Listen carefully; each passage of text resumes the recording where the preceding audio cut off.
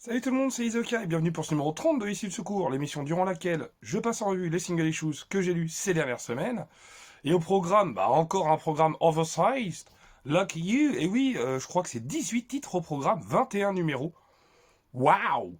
Donc on commence avec DC Comics, comme souvent, avec 8 titres. Le numéro 1 de Aquaman, le numéro 2 de Justice League Unlimited, le numéro 2 de New Gods, puis ensuite un petit segment, voire gros segment Batman, avec les numéros 153 à 156 de la série régulière Batman, le numéro 1092 de Detective Comics, et les numéros 4 de Batman Long Halloween Last Halloween, Batman and Robin Year One et Absolute Batman. Gros programme chez DC Comics, on fera un petit détour chez Marvel avec le numéro 1 de Ultimate Wolverine, et un petit détour chez Boom Studios avec le numéro 7 de Uncanny Valley. Et on terminera avec 8 titres issus de chez Image Comics.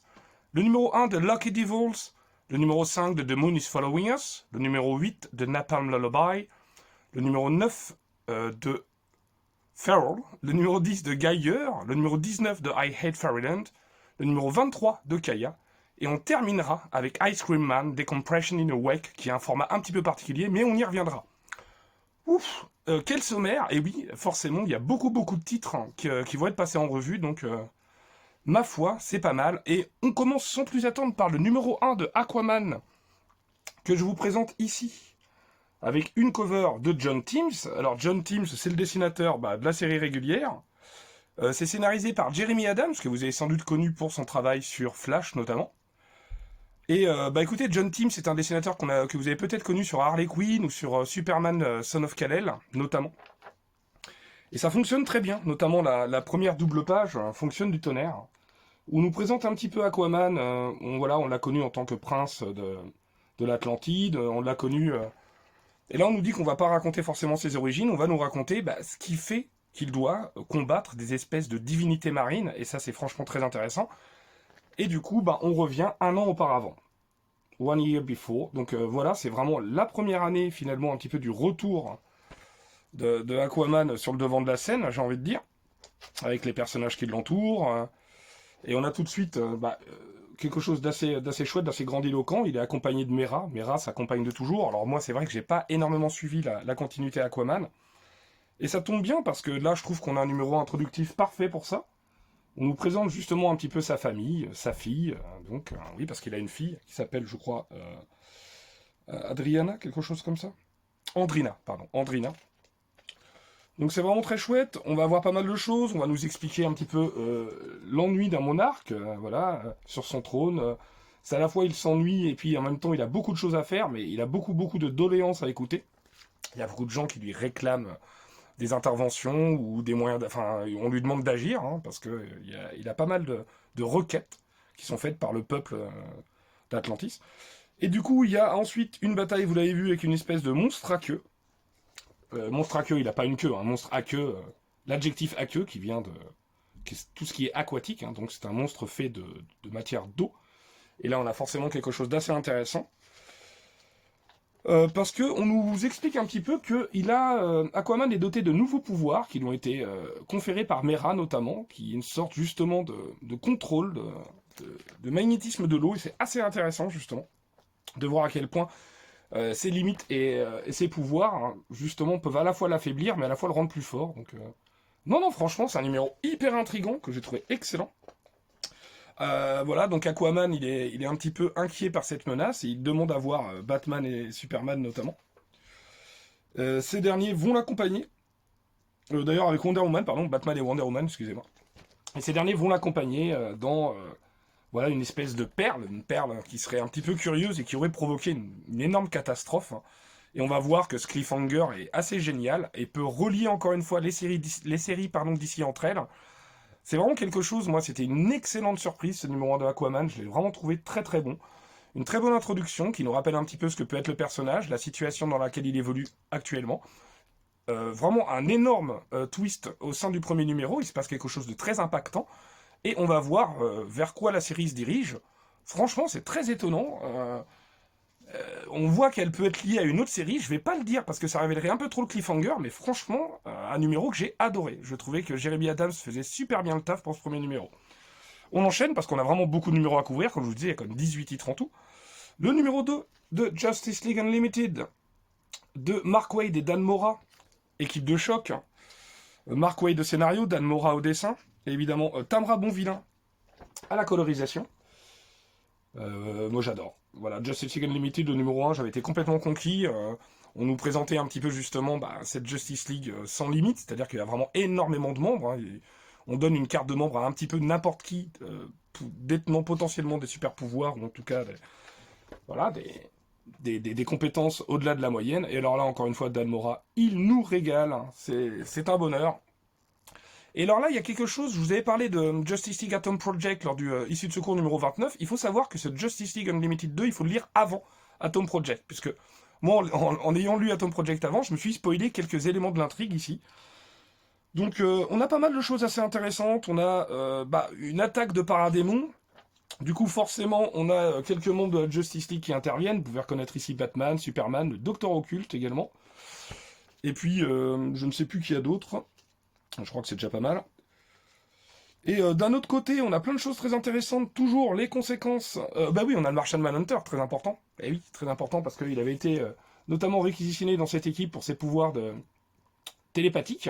Mais on va voir que il y a peut-être un petit problème, il y a peut-être un petit grain de sable dans le rouage, dans la machine. Et à côté de ça, on va voir Atom Smasher. Atom Smasher qui, lui, n'a plus ses pouvoirs, mais a cru reconnaître quelqu'un qui semble détenir ses anciens pouvoirs, donc il sait comment soit le neutraliser, soit l'appréhender, donc ça c'est très intéressant.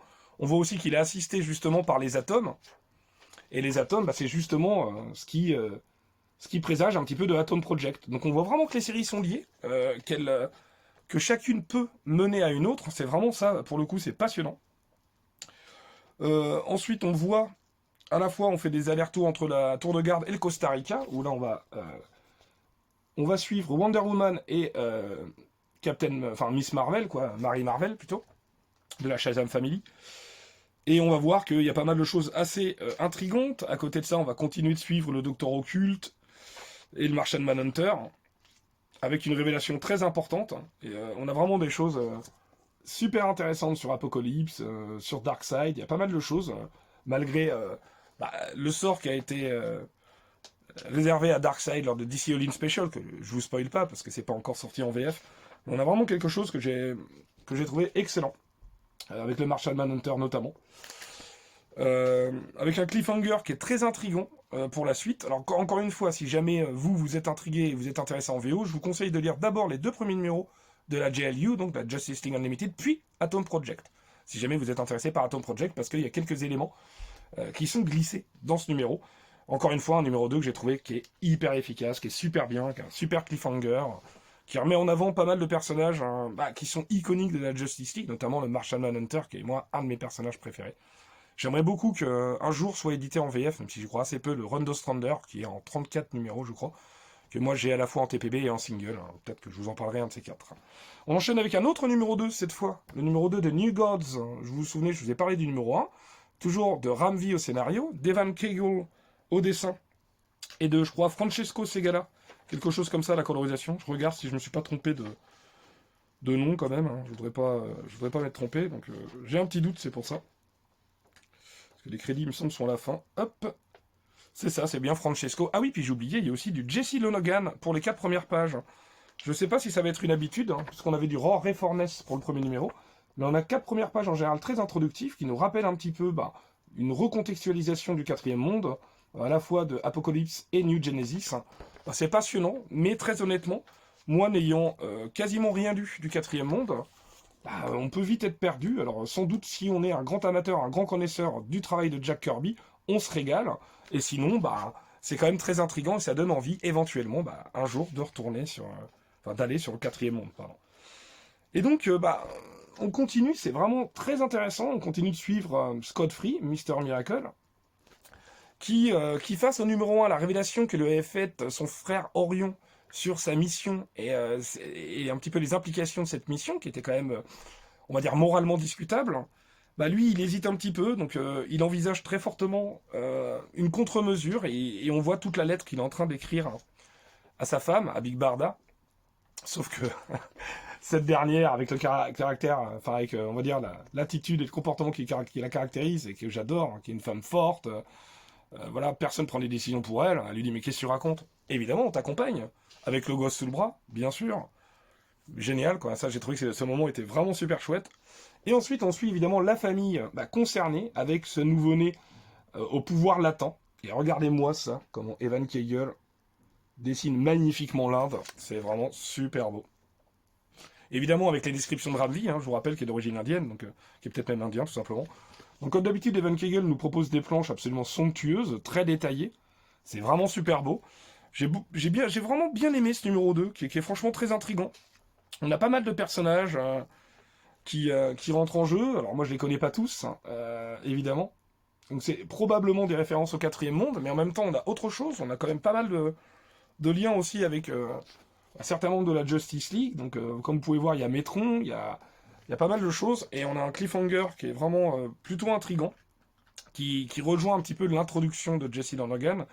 C'est un numéro que, franchement, j'ai beaucoup aimé. Je sais pas si chaque numéro va avoir ce gimmick d'avoir un dessinateur invité pour proposer une introduction en lien avec le quatrième monde. Mais c'est vraiment très intéressant, entre justement, bah voilà, c'est toutes ces problématiques de Néo-Genesis et d'Apocalypse. On a l'impression que l'une a besoin de l'autre, et pourtant, c'est la potentielle destruction peut-être de ces mondes-là, un petit peu liés. On a cette mission-là, d'Orion, et on a Mister Miracle qui veut faire une contre-mesure, accompagner Big Barda et de leur nouveau-né entre les jambes. Et puis, on va suivre cette famille avec ce nouveau-né au destin un petit peu funeste, quelque part. Donc voilà, on enchaîne avec le gros segment Batman de l'émission. On va tout d'abord parler des numéros 153 à 156. J'avais un petit peu de retard sur leur série Batman de Chip Zdarsky, bien sûr, au scénario, sachant que c'est le dernier arc, un arc qui s'appelle The Dying City. Que voilà. Sachant que vous avez un dessinateur différent à chaque numéro de cet arc. C'est Jorge Jiménez pour le 153. C'est Carmine Di Giandomenico pour le numéro 154. C'est Jorge Fornes pour le 155. Et c'est Tony S. Daniel pour le 156. Mais je vais y revenir un petit peu. Donc là, en gros, on a Chip Zdarsky qui revient un petit peu sur tous ces éléments d'intrigue qu'il avait disséminés dans son run à travers soit les backups, soit dans son run dans sa totalité. Donc on revient un petit peu sur les conséquences forcément à la fois d'Absolute Power ou de pas mal de choses avec Failsafe. Ici, on a vraiment un Gordon qui est un détective privé. On a le maire Nakano et ses ennuis, le fait qu'il ait mis en place Vandal Savage à la tête du commissariat de police, le fait que Gordon, donc lui, c'est un détective privé, il ne fait plus partie du GCPD, mais Belloc en fait encore partie, donc Gordon est un petit peu son agent de liaison, il continue de communiquer. Donc on a un peu une espèce de trio du toit reconstitué anciennement dans Long Halloween avec Gordon, Dent et Batman, on a un peu un Dent, Belloc et Gordon. Donc ça c'est plutôt sympa. Et on s'inquiète un petit peu du fait que la ville se porte bien, mais c'est évidemment le calme avant la tempête. Encore une fois, on a un Jorge Jiménez en pleine forme. On a pas mal de choses qui sont très intéressantes. On a le Riddler qui va vers une rédemption, qui est vraiment une espèce de...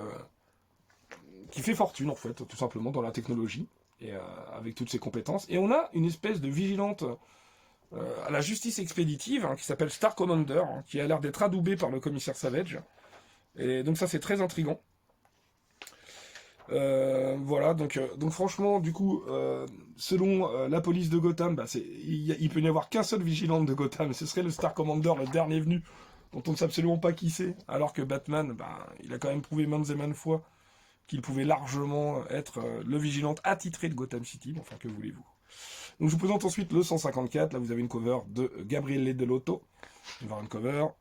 Donc là, c'est Carmine Di Giandomenico, je vous le disais au dessin. C'est pas mal.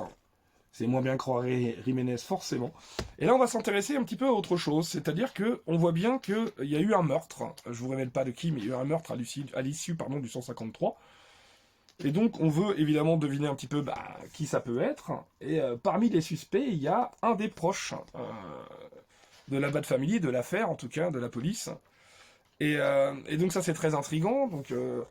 Batman refuse de le croire dans un premier temps, il va tout faire pour le disculper, puis au fur et à mesure, il se rend compte que tous les indices le mènent à lui.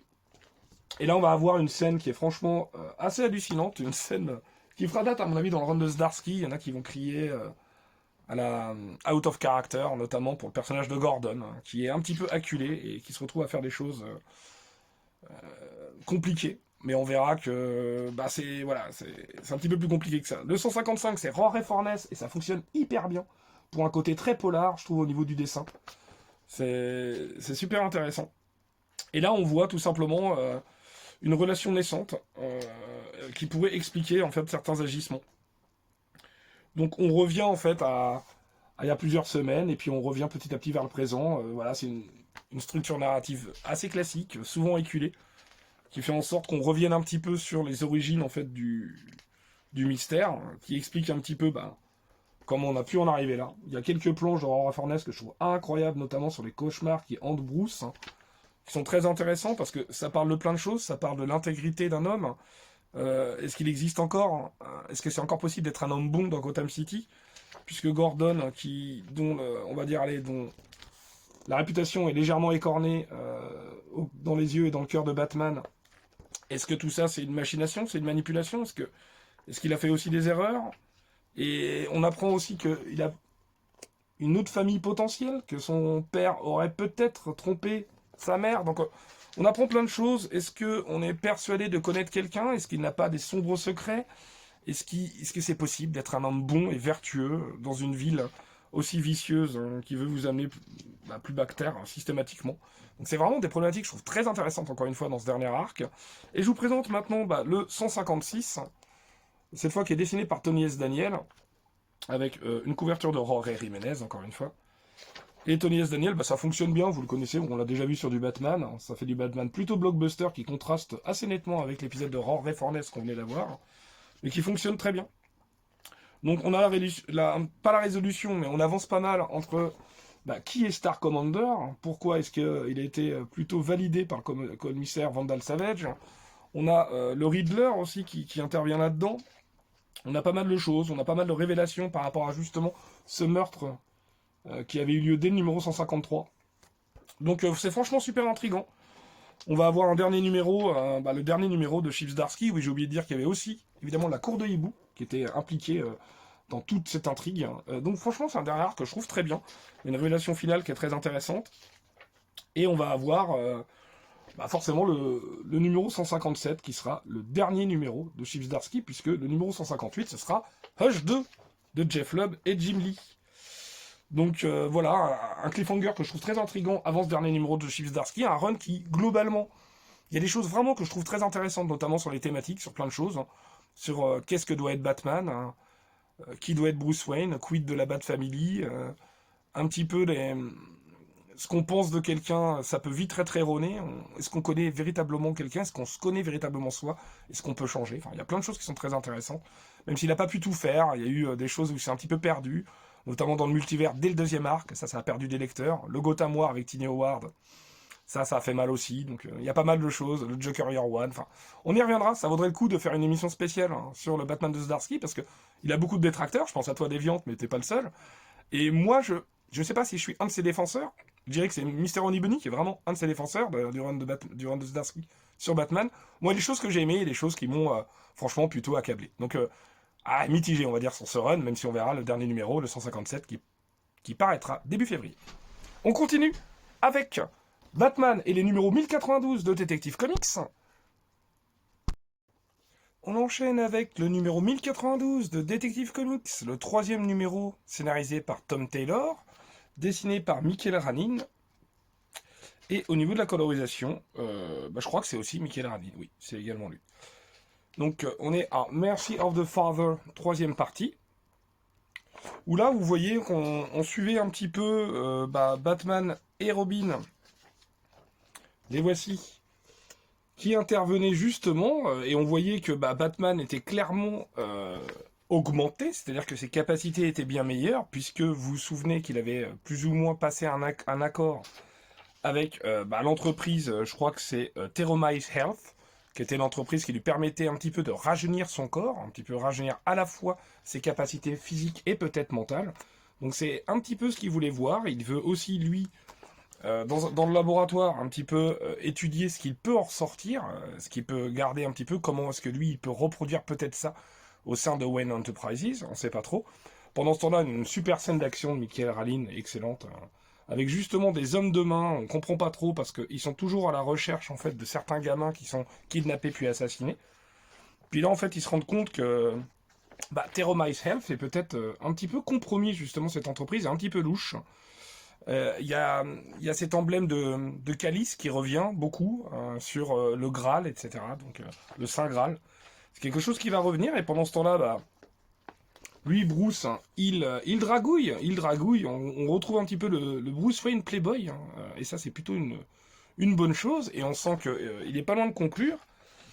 Et quand forcément, ils reviennent du restaurant et ils sont agressés, puisqu'on est à Gotham City. Hein, et forcément, on se fait forcément agresser. Et là, on voit que Mademoiselle n'a pas besoin de garde du corps. Elle sait se défendre parfaitement.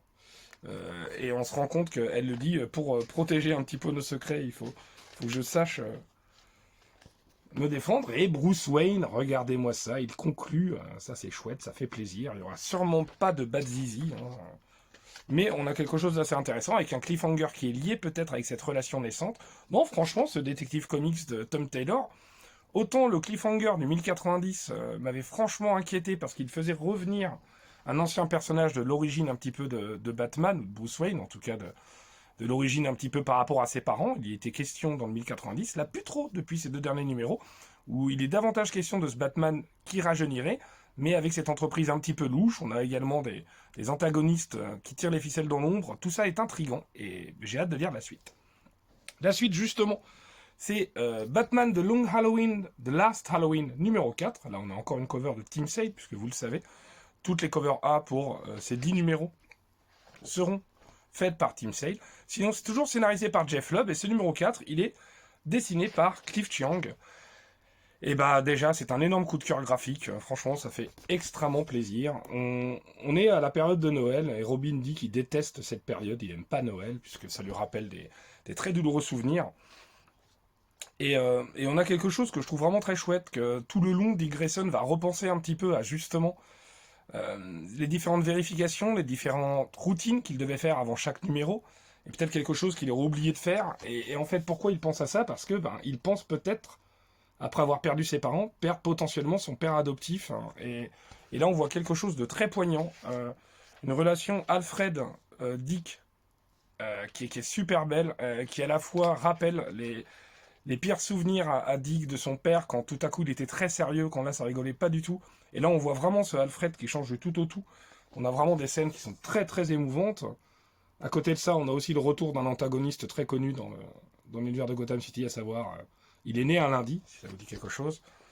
Et non, franchement, toutes ces scènes, un petit peu ce gaufrier là, avec le temps qui passe, hein, pour les jours d'après, pour savoir ce qu'il en est un petit peu de... Est-ce que Bruce va s'en sortir? Même si nous, en tant que lecteurs, on se doute que oui, et que c'est pour ça que le cliffhanger du 3, il n'était pas super efficace dans le sens où est-ce que Batman va s'en sortir? Bon, c'est pas forcément les cliffs qu'on préfère, mais alors là, franchement, c'est super beau, c'est super chouette. Du coup, Robin va essayer de prendre des initiatives, va faire tout ce qu'il peut faire, et ce qu'il a pas le droit de faire, quelque part, pour sauver Bruce, quoi. C'est vraiment quelque chose de très chouette. Donc on a vraiment des moments que je trouve magnifiques, qui m'ont donné les frissons, la chair de poule. Donc vraiment c'est un numéro que j'ai trouvé complètement réussi, Cliff Chiang qui fait une prouesse, je trouve, lors de cet exercice, ça fonctionne complètement. À la colorisation, c'est Dave Stewart aussi, ça fonctionne très bien, avec un super cliffhanger qui introduit un nouveau vilain de la galerie. Donc en même temps, on comprend pas trop où Jeff Lubb allait en nous donnant des réponses un petit peu trop tôt dès le numéro 3, notamment par rapport au fils Gordon. Mais là, on a quelque chose qui était plutôt un épisode très émouvant, très chouette, hein, et qui va vers une autre direction. Bon, c'est toujours un peu foutraque ce Last Halloween, mais ce numéro 4, je l'ai vraiment trouvé super beau, très émouvant, et en plus, Cliff Chiang m'a complètement convaincu au dessin. Voilà. J'enchaîne un petit peu parce qu'il y a encore pas mal de titres à couvrir. Encore un numéro 4, encore Batman et Robin. Mais qu'est-ce que c'est? C'est Year One. Regardez-moi cette magnifique couverture de Cliff Chiang. On a toujours Mark Waid au scénario. Chris Samney, pardon. Excusez-moi, j'étais toujours sur Cliff Chiang, mais cette fois c'est Chris Samney. Donc Mark Waid au scénar, Chris Samney au dessin. Et on a du Mateus Lopez à la colorisation, on avait pareil, décidément, c'est un numéro 3 où Batman était en fâcheuse posture, un petit peu la conséquence de Robin et un côté un petit peu téméraire, voire il n'avait pas tout à fait calculé son coup, les conséquences de ce qu'il pouvait faire. Et là, regardez-moi ça, c'est ces premières planches de Chris Samney, c'est magnifique. On a un Robin qui cherche absolument Batman sous l'eau et ils vont essayer de faire quelque chose ensemble qui est vraiment voilà, un tandem, le tandem du duo dynamique sous-marin. Et c'est vraiment, on a une ambiance feutrée qui est vraiment géniale, qui est super chouette, avec l'optimisme de Robin, parce que Batman il dit ouais, tout ça pour rien, on a fait tout ça pour rien, il y a un nouvel élément dans la partie dont on ne connaît pas, et Robin il fait si, on en connaît un peu plus quand même, et il a toujours ce côté un petit peu vraiment très optimiste de Robin qui va progressivement déteindre sur Batman, et ça c'est vraiment très chouette. À côté de ça, on nous montre la cruauté du général Grimaldi, même vis-à-vis de son propre père et de sa propre famille. On voit une espèce de coup de pression qui est assez terrible. À côté de ça, évidemment, on revient sur la femme qui était sur les services sociaux, qui vient rendre des visites un peu impromptues au manoir Wayne pour savoir si tout se passe bien au niveau d'éducation du jeune orphelin. Et donc là, forcément, il y a encore une mise en scène qui est assez drôle, puisque eux reviennent tout juste de mission, et ils sont censés un petit peu jouer la comédie. Donc c'est quelque chose d'assez léger et très chouette en même temps, qui nous montre un petit peu justement toute cette relation à trois, qui est vraiment très chouette. Comme je vous disais, cette relation parentale Alfred, Bruce et Dick, pardon, qui est vraiment très chouette. Et regardez, on a toujours des planches de Chris Samney qui sont toujours splendides.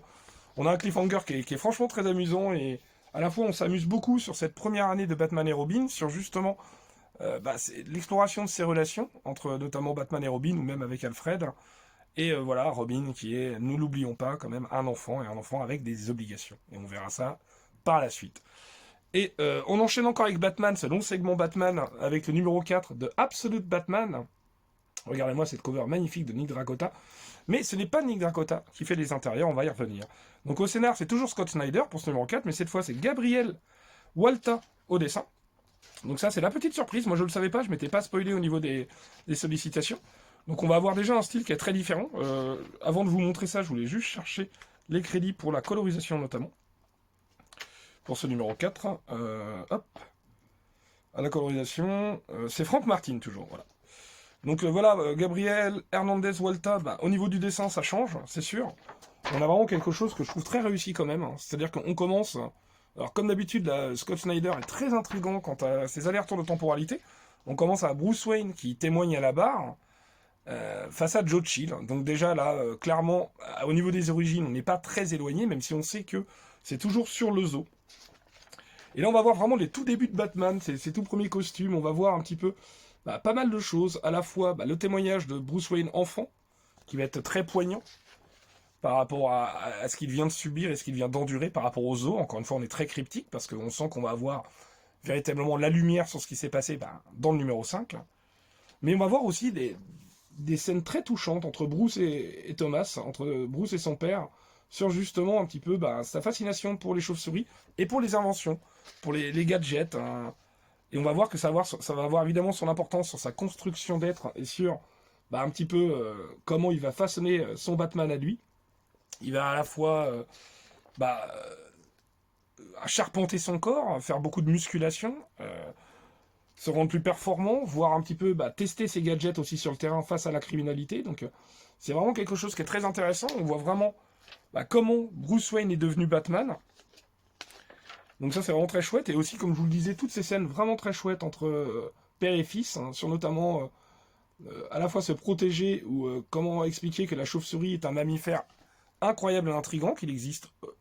Je crois que c'est l'espèce de mammifère dont il y a le plus de variété, et c'est le seul mammifère volant. Donc Bruce Wayne est fasciné par les chauves-souris. Et il va ensuite expliquer que pour lui, cette virée au zoo était quelque chose de très important pour lui, pour la fierté qu'il pouvait avoir vis-à-vis de son père, qui était là, qui était présent, vis-à-vis de ses camarades de classe. C'était un moment de liesse où il devait présenter son invention dont il est très fier. Et il en veut terriblement, à mort presque, à Joe Chill pour avoir gâché cette journée du zoo, dont on en saura vraisemblablement plus dans le numéro 5. Et là, on voit vraiment toutes les origines, ces espèces de origami qui deviennent résistants, à la fois cette souplesse et cette endurance qui va faire un petit peu tout son futur costume. Donc ça, vraiment, c'est fascinant. On a vraiment eu un numéro 4 que j'ai trouvé hyper efficace, assez troublant, parce que je m'attendais pas à Gabriel Hernandez Walta au dessin, mais c'était franchement une bonne idée, surtout pour nous raconter les origines, donc quelque chose de plus feutré au niveau de l'ambiance, vraiment qui fonctionnait très bien pour un flashback, et pour nous montrer l'avènement de Batman dans cet univers absolu. Donc franchement, un épisode que j'ai beaucoup aimé. Voilà pour DC Comics. On fait un détour par Marvel. Une fois n'est pas coutume, parce que vous le savez, Marvel, malheureusement, moi je lis assez peu en single issue, ça me convainc de moins en moins. Je suis un gros fan des X-Men, et le From the Ashes, j'ai essayé tous les numéros 1 avec Uncanny où j'ai été un peu plus insistant à la série Wolverine, mais c'est pas dingue. Il y a la série Storm que j'aime bien aussi, dont je reparlerai peut-être un jour, mais sinon globalement je suis pas super emballé, notamment par l'univers Ultimate. J'ai abandonné au bout de 6 numéros Ultimate Spider-Man, même chose pour Ultimate X-Men, 6 numéros. Ultimate, le deuxième numéro sur une Amérique, etc., m'avait un peu gonflé, même si apparemment il y a des très bons numéros par la suite, notamment le numéro 4. Tant pis. Peut-être un jour en TPB. Mais cette fois, c'est pour vous parler de Ultimate Wolverine qui vient de sortir il n'y a pas très longtemps. Je crois que c'était cette semaine ou la semaine dernière, de Chris Condon au scénario, de Alessandro Capuccio au dessin et de Brian Valenza à la colorisation. Donc on a déjà quelque chose que je trouve vraiment très intéressant au niveau du dessin et de la colorisation. On a une proposition, je trouve, artistique qui est vraiment très chouette de ce Wolverine très taiseux, très mercenaire, très tueur à gages. On a quelque chose où on nous explique un petit peu, on nous parle de l'opposition qui est une sorte de rébellion mutante, parce qu'on se trouve dans le continent, je crois que c'est l'Eurasie, hein, c'est ça, c'est la République eurasienne, plus exactement, qui est, vous le savez, si vous avez lu Ultimate Invasion et Ultimate Universe, c'est le Maker qui a un petit peu installé sa géopolitique à lui, qui a, à différents continents, avec certains émissaires. Et là, on a justement, je crois que c'est Colossus, Magic, et je ne sais plus qui, j'ai oublié la troisième personne, qui sont un petit peu à la tête de cette République eurasienne pour le Maker. Et ceux qui sont à la tête de cette opposition, c'est Mystique et Nightcrawler. Regardez-moi ça, la classe. Et on va voir forcément toute cette explication. Oui, bien sûr, c'est Omega Red, hein, le troisième membre. Donc on les voit là. Tout ça chapeauté par un docteur. On voit qu'ils ont forcément mis la main sur Wolverine, qu'ils l'ont un petit peu manipulé, façonné à leur image, et ça devient un petit peu leur homme de main. Parce que c'est quelqu'un dont ils ont lavé le cerveau, donc c'est de la triste destinée de Wolverine qu'ils ont baptisé le Winter Soldier. C'est un petit peu leur soldat d'hiver à eux. Et on va vraiment assister à des scènes assez incroyables, hein, très violentes, hein, très graphiques, très chorégraphiques. C'est vraiment très chouette. Hein. On trouvait que c'était un épisode qui fonctionnait bien. Beaucoup de noirceur. On se demande un petit peu aussi derrière qui sera visé, parce qu'on ne sait pas trop qui suivre en fait dans cette série, puisque ce Wolverine, vous l'avez compris, hein, c'est plus un antagoniste qu'un protagoniste. Hein. Par contre, c'est très touchant. On se demande s'il va retrouver la mémoire, s'il va se venger de ceux qui le manipulent. Et parce que c'est assez terrible ce à quoi on assiste. Mais en tout cas, c'est un numéro au niveau des affrontements, que je trouve assez efficace. Moi, je me suis assez régalé à cette lecture. Alors, c'est un no-brainer, hein, c'est sûr. Hein, c'est pas un épisode où on réfléchit beaucoup, mais il est malgré tout touchant. Avec des très belles scènes. Donc franchement, non, très intriguant. Je vais clairement aller sur la suite, au moins voir ce que ça propose. Voir si le scénar s'épaissit un petit peu. Est-ce qu'on va juste suivre ce pauvre Ultimate Wolverine qui va devoir accepter ses missions, la mort dans l'âme. Est-ce qu'il est conscient un tout petit peu de ce qu'il fait, mais il peut pas, il peut rien y faire. On ne sait pas, on verra. Intriguant. Un petit détour, voilà pour les Big Two. On va maintenant vers l'Indé, et un petit détour vers Boom Studios. Boom Studios avec le numéro 7 de Uncanny Valley, vous le savez. C'est une série que j'aime énormément et dont on vous a parlé avec Mindphobia sur sa chaîne dans l'émission d'Encre et de Bulle. C'est une série de Tony Flix au scénario, Dave Wachter au dessin et à la colorisation.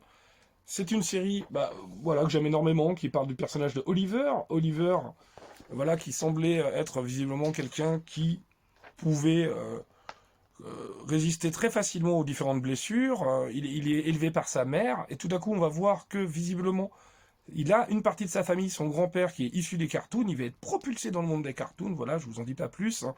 Et là, on va avoir quelque part une recréation du personnage et quelque chose qui est forcément fait penser au Animal Man de Grant Morrison et notamment aux différentes covers de Brian Bolland. Et je pense à cette cover, évidemment très divine, où on voit une main, donc la main de Dieu, ou en tout cas du créateur, et le créateur c'est évidemment le créateur du comics, ou le créateur avec un C majuscule, qui tient ce crayon, qui esquisse ce Animal Man à la figure et à la posture christique, qui fait le geste de la croix. Donc on a vraiment quelque chose que je trouve assez génial, notamment ce jeune homme qui repousse la mine du crayon et qui la casse. On a vraiment quelque chose de très métaphorique et très fort en termes de symbolisme. On refuse le destin quelque part, alors qu'une nouvelle tâche nous est due, et on doit quelque part assumer notre hérédité. Ça, c'est aussi intéressant.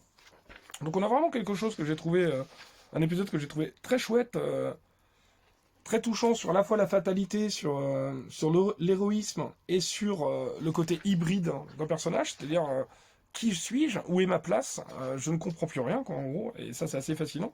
On a aussi ce règlement de compte entre mère et père, enfin entre fille et père pour l'occasion plutôt, un règlement de compte assez musclé, et le grand-père qui explique un petit peu ses limites de par sa condition, et la mère qui explique aussi tout le mouron qu'elle peut se faire pour son fils et ce qui l'attend.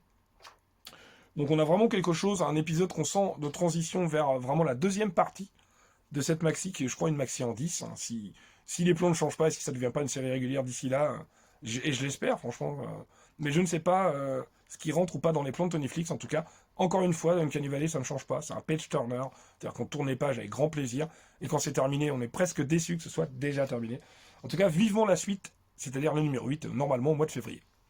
On enchaîne avec cette fois des titres Image Comics, avec le numéro 1 de Lucky Devils. Et oui, Lucky Devils, vous le savez, de Charles Soule au scénario et de Ryan Brown au dessin. Et la colorisation, c'est... je crois que c'est Ryan Brown également. Donc voilà.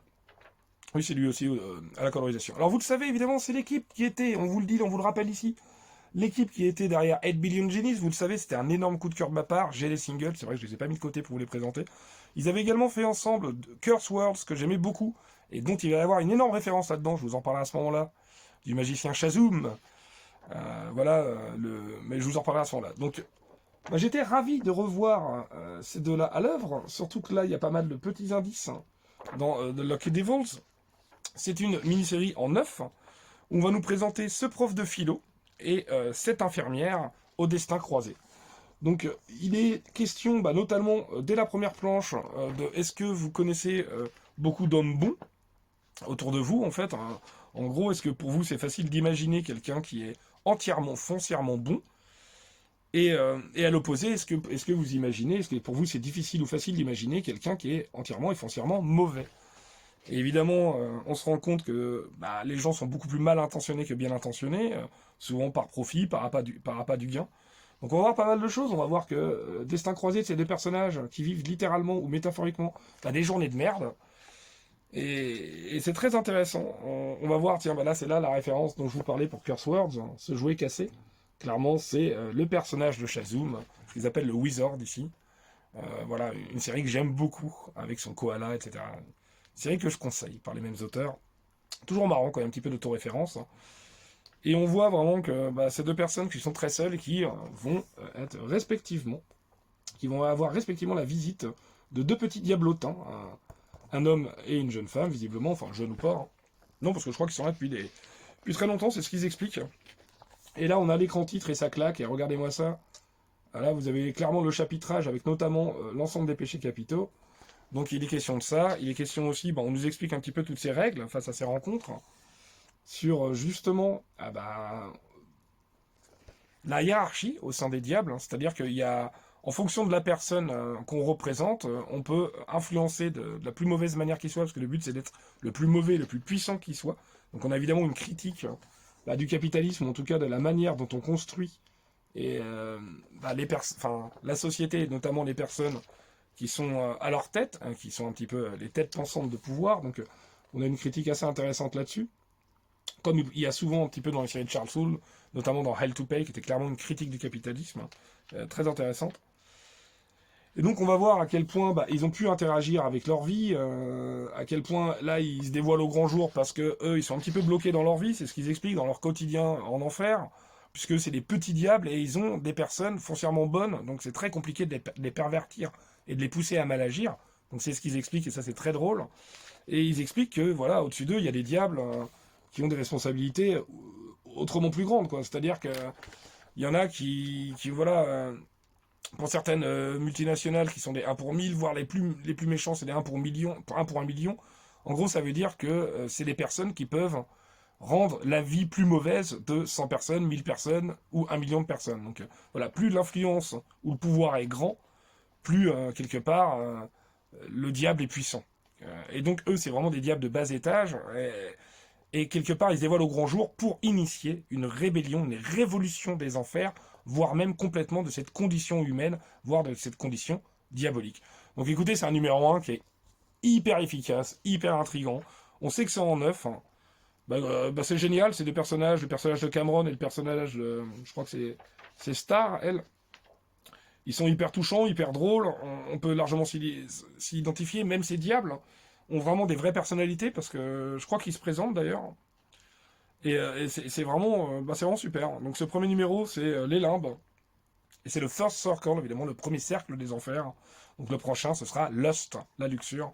Et voilà, vous verrez bien, je vais pas vous dévoiler tous les numéros, mais franchement, ce Lucky Devils, encore une fois, Charles Soule, c'est une totale réussite. Hein. Ça donne très envie de lire la suite, et je vais clairement aller sur tous les numéros de Lucky Devils. Et je vous tiendrai au courant. Une autre série coup de cœur, et vous le savez, c'est pas une surprise, c'est The Moon is Following Us. Je vous présente ici la cover A de Riley Rossmo, parce que malheureusement, la cover B de Daniel Warren Johnson n'était pas disponible, alors que pourtant, c'est un de mes personnages préférés, Pigface, qui est en couverture. J'essaierai peut-être de la voir un petit peu plus tard.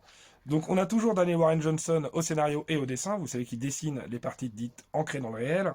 On a Riley Rossmo au dessin, qui lui va plutôt s'occuper de la partie, on va dire, plutôt fantasy. Et on a Mike Spicer, la colorisation, évidemment. Encore une fois, c'est un numéro que j'ai trouvé génial. Très frénétique, très dense. Il y a énormément de choses. Alors, c'est peut-être mon seul petit chagrin parfois. Et encore, là, vous allez voir que c'est pas évident sur cette double page qui est superbe. C'est que parfois, j'ai trouvé que sur certaines cases, un Riley Rossmo qui n'était pas forcément toujours en forme. Faut dire qu'ils ont quand même un délai qui est très important. Mais j'ai pas boudé mon plaisir quand même, parce qu'on a toujours des trouvailles absolument géniales dans ce monde complètement fantaisiste, hein, voilà, qui a aucune loi, qui a aucune limite, si ce n'est celle de l'imagination.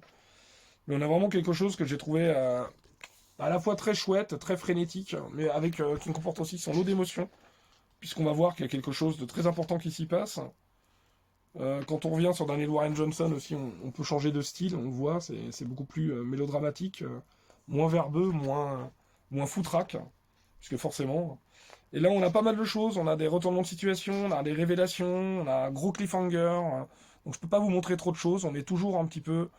Sam et Duncan, les parents qui essaient de se faire aider par des créatures imaginaires dans ce monde imaginaire pour sauver leur fille, en proie à... voilà... quelque chose, une espèce de malédiction. Voilà, je vous en dis pas trop, mais c'est vraiment toujours aussi palpitant. Puis là, à un moment où on se dit oui, bon d'accord, on tourne en rond, là on a vraiment une énorme révélation. On voit bien que Sam et Duncan sont clairement très très amoindris, quoi. On voit que leur puissance, leur vie ont été drainées, et pour cause. On l'a vu dans les épisodes précédents. Et puis là, il y a voilà un cliffhanger qui est génial, qui redistribue les cartes et qui donne très très très hâte de lire la suite, de lire le numéro 6 qui paraîtra bientôt. On enchaîne avec le numéro 8 de Napalm Lullaby. Cette série scénarisée par Rick Remender, dessinée et colorisée par Bengal, Cocorico, et oui, il est français. Et oui, c'est des auteurs qui avaient déjà œuvré sur Death for Glory, dont je vous ai déjà parlé. On avait eu un numéro 7 incroyable, qui était absolument fou, qui nous perturbait complètement, puisque c'était absolument pas quelque chose à quoi on avait été habitué lors des 6 premiers numéros. On avait quelque chose d'à la fois déroutant, mais qui pouvait s'expliquer quand on avait compris un petit peu à la fois la nature des personnages et de leur pouvoir dans les premiers numéros. Donc encore une fois, on a un petit peu une conséquence de ce numéro-là. Qu'est-ce qui est réalité? Qu'est-ce qui est illusion? qui manipule qui est le véritable antagoniste. On joue un petit peu avec les personnages qu'on a déjà vus lors du premier arc, mais en déformant, en manipulant, en changeant complètement le point de vue ou l'axe sous lequel on peut comprendre et envisager l'histoire. C'est fascinant, c'est génial. Et ça fait se poser plein de questions. Alors je suis désolé, je suis très elliptique parce que Napalm Lullaby, ça se savoure comme ça. Je pense qu'en deuxième lecture, ou en reliant les singles entre eux, en essayant de repérer les différents indices que Remender avait pu nous laisser, on savoure d'autant plus. Mais franchement, Napalm Lullaby, c'est le numéro 1 que j'avais trouvé hyper déroutant et je me demandais où j'avais mis les pieds. Finalement, j'adore et je sens que tout va faire sens et que ça va être un énorme plaisir, même si c'est une série que je recommande plutôt en édition reliée, à mon avis. On continue, hein, je fais un peu vite parce qu'il y a quand même encore pas mal de numéros à couvrir. Le numéro 9 de Feral, vous le savez, cette série que j'aime énormément et que je suis aussi. Mais encore une fois, une série de Tony Flix, tiens, la deuxième après Uncanny Valley. Dessinée par Trish Forsner et Tom Rodriguez et mise en colorisation par Brad Simpson. Et effectivement, on commence avec une question. Bah oui, Elsie, mais qu'est-ce que t'as foutu? On le voyait, on comprenait, on se doutait à l'issue de ce cliffhanger numéro 8, même je m'en étais amusé en disant, bah enfin, c'est évident que ça allait être la merde. Bah tiens, bah oui, bah voilà, bah regardez ce qui s'y passe. On est toujours chez la dame. Et non pas la dame de Haute-Savoie, la dame de... La dame où c'est la merde, c'est-à-dire que la dame au chat, c'est un petit peu la dame au chat dans les Simpsons, si vous voulez. Il y avait énormément de chats, mais des chats qui avaient l'air d'être issus de sectes, et Lord faisait partie d'entre eux, et justement, Elsie voulait essayer de le secourir, puisqu'on voyait bien qu'il y avait quelque chose de très louche. Et comment? Parce on a cette dame, regardez, la dame au chat, version Feral. Donc vraiment cette série horrifique façon Walking Dead, mais Walking Dead félin, ça fonctionne toujours aussi bien. On voit que ils sont vraiment dans le pétrin, ils savent pas trop comment faire. On a un petit groupe qui essaie de s'affranchir de tout ça, même si on sent qu'ils ont été plus ou moins lobotomisés.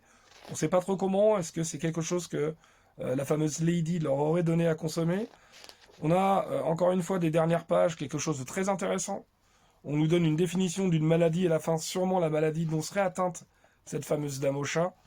Ah, c'est génial, hein, c'est vraiment super. Ça continue à être assez passionnant. On se demande vraiment comment ils vont s'en sortir parce que là, la situation finale, elle est vraiment peu enviable. Ah non, super série. J'espère vraiment que ce sera édité en VF. Je pense que c'est le cas parce que les séries animalières, c'est toujours efficace. Un côté Walking Dead avec des chats, ça marche très bien. C'est vraiment une série horrifique avec des chats et c'est très efficace. Et je trouve que ça arrive à trouver des différentes idées pour éviter les redondances. Non, franchement, c'est cool. Vivement la suite. On continue avec le numéro 10 de Geiger. Vous le savez, c'est une des séries dont je vous ai parlé assez régulièrement dans l'univers Ghost Machine. Regardez-moi cette cover géniale. Mi-Geiger, mi-Junkyard Joe. Et oui, parce qu'il devait être question de lui. Toujours série scénarisée par Jeff Jones, dessinée par Gary Frank et colorisée par Brad Anderson. Et là, on commence avec une scène, je m'y attendais pas et j'ai trouvé ça excellent. Dans 5 ans, à partir de maintenant, parce que vous le savez, maintenant c'est un petit peu... je peux vous le montrer vite fait, hein, je crois qu'on a la crise à la fin. La frise, pardon, à la fin. Et voilà, c'est ça. Prison Day, c'est ici. Hop, là. Et dans 5 ans, va éclater la guerre inconnue. Donc on est vraiment, je pense, dans les prémices. On commence là, parce qu'on nous dit c'est dans 5 ans à partir de maintenant.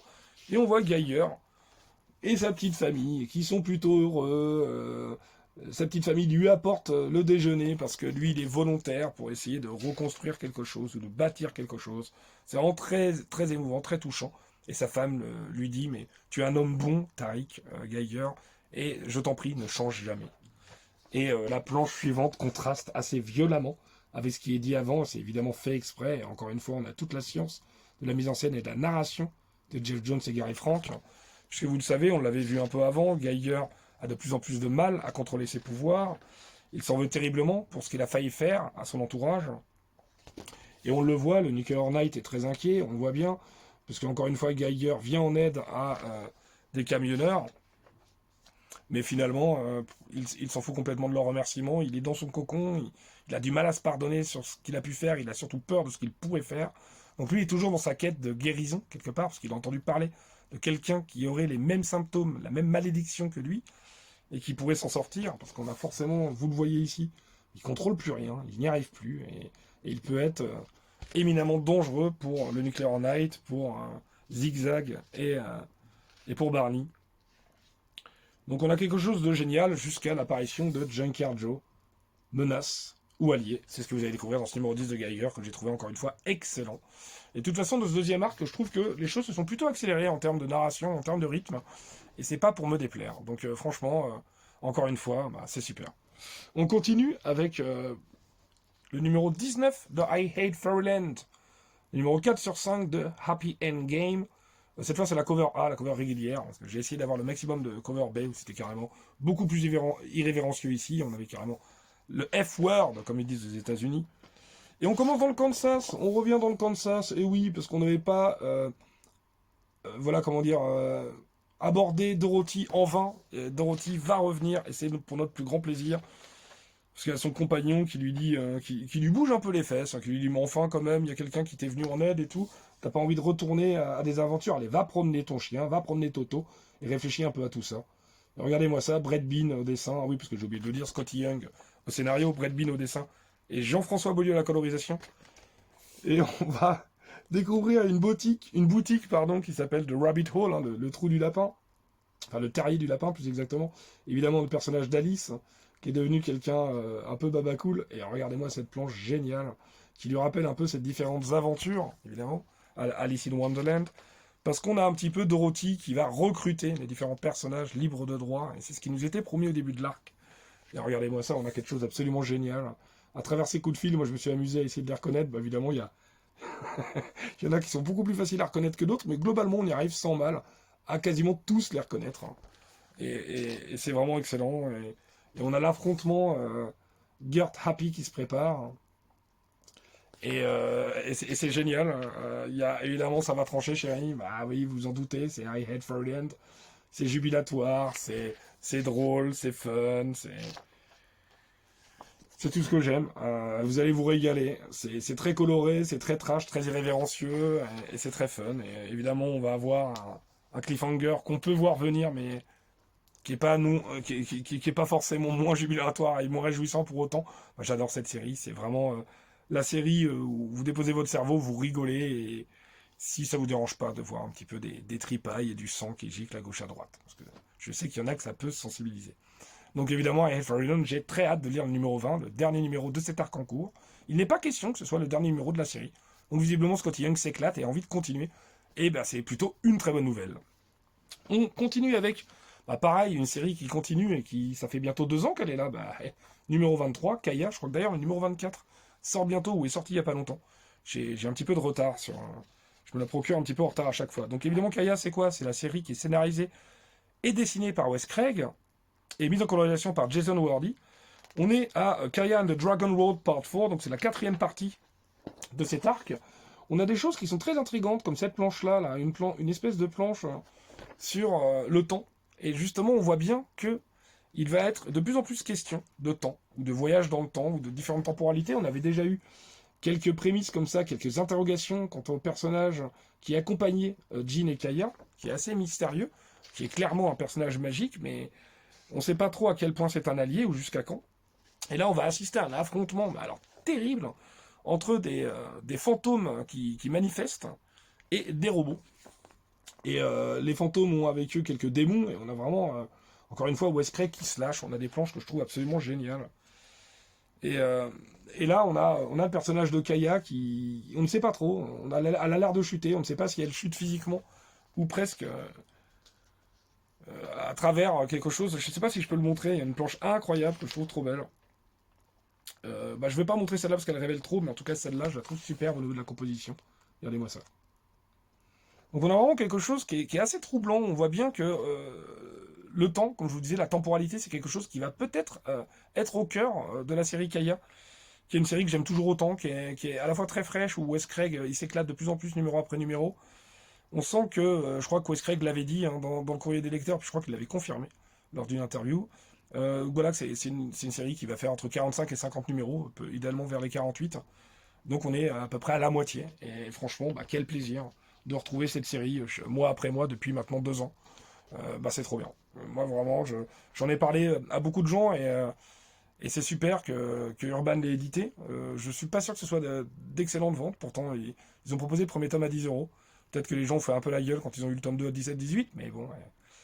C'est normal, c'est le prix d'un comics. Et encore une fois, Kaya, je trouve que c'est très frais, c'est très agréable. Hein. Et ça va apporter ces petits éléments de nouveauté mois après mois. Ah, j'arrive pas à arrêter d'en parler, mais lisez Kaya. On termine avec Ice Cream Man, et oui, Ice Cream Man, qui pourtant, moi je le suis dans les magnifiques éditions, les Sunday Edition, qui regroupent 12 numéros, donc on a les 24 premiers numéros en 2 tomes pour l'instant. Et pourquoi je vous parle de ça? Parce qu'on en a déjà parlé, c'est Ice Cream Man Decompression in a Wag Deluxe Special. Donc on a une wraparound en plus, ça fait plaisir. Et regardez-moi ça, ce qui est incroyable, c'est que justement, c'est l'épisode. L'épisode, c'est ça. Et rien de plus. Et c'est ça qui est assez fascinant, c'est-à-dire que c'est scénarisé, comme d'habitude, hein, Ice Cream Man, par W. Maxwell Prince, dessiné par Martin Morazzo et mise en colorisation par Chris O'Halloran, puisque c'est vraiment les trois qui sont quelque part co-créateurs de la série Ice Cream Man, qu'on est maintenant déjà à plus de 40 numéros. Et là, il y a des remerciements à Dennis Camp et Eric Stevenson, qui ont dû aider visiblement à la réalisation de cet épisode. Qu'est-ce que c'est que cette version de luxe? Tout simplement, ça reprend les épisodes 39 et 40 de Ice Cream Man. Et de quoi ça parle? Ça va parler très simplement, en fait, d'un accident. D'un accident de voiture. Un accident de circulation, plus exactement, voilà, vous le voyez là, entre une voiture et un camion. Et c'est tout, ça va nous expliquer qu'en fait, c'est une histoire de 5 secondes qui va nous être racontée en 2 chapitres de 30 pages chacun. Et c'est assez incroyable, c'est-à-dire qu'on va rentrer dans l'intimité de chacun de ces personnages, c'est-à-dire à la fois les détails, image par image presque, de l'accident, c'est-à-dire dans ces détails les plus lugubres, les bris de verre, les fractures, les hémorragies. Mais on va aussi, chacun des personnages, on va revenir un petit peu sur différents moments très importants de chacun des personnages, soit tout simplement les derniers instants où ils peuvent voir un petit peu la vie qui défile devant eux, selon un petit peu une croyance populaire, ou est-ce que c'est le narrateur qui s'amuse aussi un petit peu justement de la décompression dans les comics, hein. Il nous l'explique que normalement c'est une histoire qui peut tenir sur une planche, hein, puisque c'est une histoire de 5 secondes, normalement c'est une histoire dont on pourrait parler sur 4 ou 5 cases, et c'est aussi ça, et en même temps c'est quelque chose qui est vraiment très chouette, puisque si on nous montre juste un accident, ça va être très difficile d'être impliqué émotionnellement, et là en nous montrant tous les personnages, leur vie, en quelques planches, que je trouve absolument génial, que ce soit au niveau de la colorisation, de leur synthèse, de ce qu'elles racontent, c'est forcément brillant. On a un premier numéro forcément sur les Jones. Je crois que c'est ça, c'est les Jones. De Johnsons, pardon. Et on a une deuxième partie sur évidemment l'autre partie de l'accident. Même si vous le savez, vous allez le voir, c'est Judd et Mike. Et vous allez me dire, mais quel est le rapport avec Ice Cream Man? Il y en a quand même, parce que il y a quelques petits indices, quelques petits éléments. Est-ce que c'est pas justement provoqué Parce que là, c'est très intéressant. On a à la fois, j'en ai pas trop parlé, mais une famille où c'était tendu au moment de partir en voyage, et on va voir justement tout justement, à la fois les personnages entre eux, puis qu'est-ce qui faisait que cette famille, c'était peut-être un voyage qu'ils auraient peut-être pas dû entreprendre.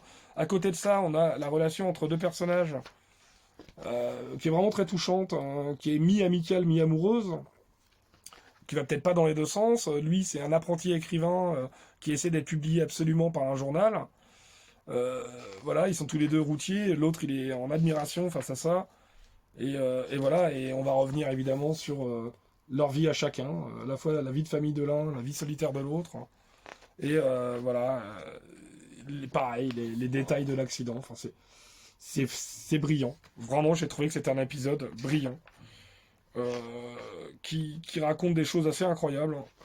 À la fois le drame, un drame qui peut se faire envoler un nombre de vies incroyable en 5 secondes. Le fait qu'on aurait pu raconter ce récit en 1 page ou en 60 pages, mais effectivement le fait de le raconter en 60 pages, ça fait que on a déjà l'impression de connaître ces personnages qui ont pourtant traversé cette tragédie ensemble, sans se connaître pour certains. Donc c'est vraiment incroyable. Un épisode, moi, qui m'a vraiment bouleversé. J'ai trouvé que c'était un tour de force de la part de Maxwell Prince, Morazzo et Chris O'Halloran. Et franchement, Ice Cream Man, ça continue d'être assez incroyable là-dessus. Et franchement, c'est aussi pour ça que je continue à lire des comics, notamment en indépendant, avec autant de passion et de plaisir. C'est pour découvrir des pépites comme ça, quoi. C'était incroyable. Donc voilà, c'est tout pour moi, et c'est déjà beaucoup, parce que vous l'avez vu, vous l'avez constaté, c'est une énorme émission qui fait presque 1 heure, donc évidemment c'est une énorme émission, mais j'avais beaucoup de choses à vous dire. Il y avait 18 titres, 21 numéros en tout. Donc voilà, je vais pas vous faire un résumé, mais en gros, ce Ice Cream Man, Decompression in a Wax, c'est évidemment un de mes coups de cœur. Aquaman, très bon premier épisode, qui m'a ravi. Lucky Devils aussi, un coup de cœur, j'ai trouvé excellent. Kaya, toujours aussi bon, The Moon is Following Us aussi, c'est génial. Donc voilà, qu'est-ce que j'oublie encore? Ed Fairyland, toujours aussi jubilatoire. Des bonnes séries Batman, Absolute, c'est très bien. Donc voilà, des grands plaisirs. Bah écoutez, si ça vous a plu, n'hésitez pas à me le dire. Merci de lâcher un petit like, de vous abonner si ce n'est pas déjà fait, ça fait toujours plaisir, puis ça aide la chaîne à grandir. On arrive bientôt à 500 abonnés, incroyable. Quant à moi, je vous retrouve sûrement la semaine prochaine où je vous prépare une petite vidéo sur Wonder Woman, sur ma collection et sur l'ordre de lecture entre le post-Crisis on Infinite Earth à nos jours, donc en gros de 1987 à aujourd'hui, 2025. Écoutez, je vous souhaite une excellente journée, une excellente soirée, une excellente matinée, et je vous dis à très bientôt sur la chaîne. Ciao!